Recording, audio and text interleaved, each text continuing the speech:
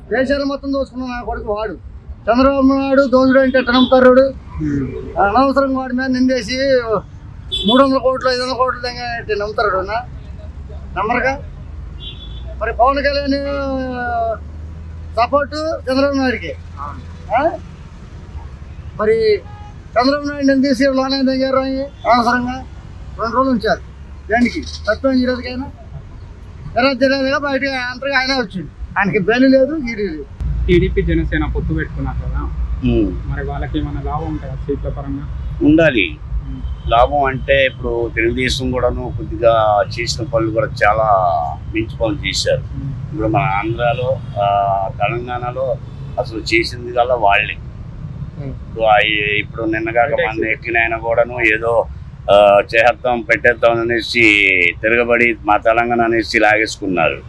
అయితే ఆ విధంగా చేసింది ముఖ్యమంత్రిగా తొలిగా 83లో ఎక్కారు రామారావు గారు. చాలా వరకు మేలు చేశారు. అయితే 2 రూపాయల కిలో బియ్యంకి అయినే మామూలుగా ఇస్తానన్నారు, ఇచ్చారు కూడాను. ఎక్కడి నుంచో చైనా నుంచి 10 రూపాయలకి చేరేది ఆ బియ్యం కేజీ వచ్చి. ఆ బియ్యానికి 2 రూపాయల గాడికి ఇచ్చారు రామారావు గారు. అప్పుడు కూడా కొద్దిగా ఫంక్షన్లు ఈ కాస్త కొద్దిగా దాని గురించి ఊహించేది ఏం లేదు, కొద్దిగా అలా చేశారన్నమాట. రాజధాని అమరావతి కరెక్ట్ అండి. ఎందుకంటే 33,000 ఎకరాలను ఇచ్చి రైతులందరూ ఇచ్చి ఒక చోట భూమిని తయారు చేశారు. మన జగన్ అన్న 3 రాజధానులు అన్నాడు. ఎక్కడేం పెట్టాడో ఈ రోజుకి ఒక్క ఇటుకరా వేసిన పాపాన్ని పోలా. 3 రాజధానులు అనేది ఏ విధానంలో సాధ్యపడుతుంది? ఎక్కడికి పోతావు? నువ్వు ఎక్కడున్నావో ఎవడికి తెలియదు. ఎక్కడికి పోవాలి? జనం అనేవాళ్ళు జనాల్ని ఎర్రోళ్ళని చేసి ఆయనకేదో 151 సీట్లు వచ్చినాయి కాబట్టి ఆ విపరీతమైన ధోరణిలో ఉండిపోయి మనిషి నేనేం చేసినా చెల్లుద్ది అని రాజధానిని మార్చడం తప్ప, రాజధాని అనేది ఒకచోటే ఉండాలి, అందుబాటుగా ఉండాలి, గ్యారెంటీగా మనం వెళ్తే ఆ రాజధానిలో అన్నీ దొరుకుతాయి అనే భావన వైజాగ్ వాళ్ళు అవనివ్వండి, ఇటు నుంచి అనంతపురం వాళ్ళు అవనివ్వండి, కడప వాళ్ళు అవనివ్వండి, ఎవరైనా అవ్వండి, ఖచ్చితంగా మనం అమరావతి వెళ్తే మనకు అన్ని పనులు అవుతాయి అనే ఉద్దేశం ఈ రోజుకి అందరిలో ఉంది.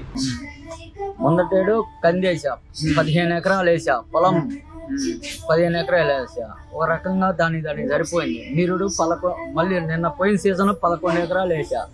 గొడవలు పెట్టి పోయిలా మొత్తం లాసే.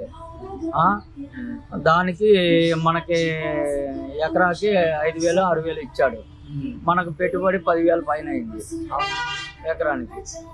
ఈ సంవత్సరం కూడా అంతంత మాత్రం అవి మాకేంటి ఈ వర్షాధారం పంటలు